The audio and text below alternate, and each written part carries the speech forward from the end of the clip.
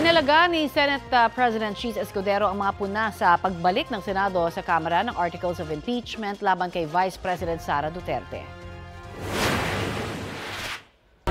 Ang pwede lamang magsabi kung constitutional o hindi ang isang bagay na ginawa ng anumang ahensya ay ang Korte Suprema. Hindi sila at hindi rin kami. Sabi ni Escudero na dumalo kanina sa Independence Day event sa Malolos, Bulacan, dapat galangin ng Kamara ang utos ng Senado bilang impeachment court. Hindi raw magkapantay ngayon ang Senado at Kamara na tumatayo namang prosecutor sa paglilitis.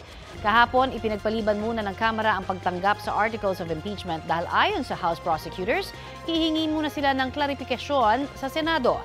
Wala pa naman daw natatanggap na dokumento kaugnay rito ang Senado ayon kay Escudero. Kahapon, may tugon din si Escudero sa mga pumupunang tila ginagawa ng ilang senador ang mga bagay na dapat ay ginagawa ng defense team ni Vice President Duterte. Wala ngang pagbabawal sa rules ang hindi pwedeng gawin yun. Gusto nyo bang gapusin ko ang kamay, itali ko ang kamay, nang pili ilan o lahat ng members ng impeachment court at sabihin ito lamang ang pwede nyong sabihin?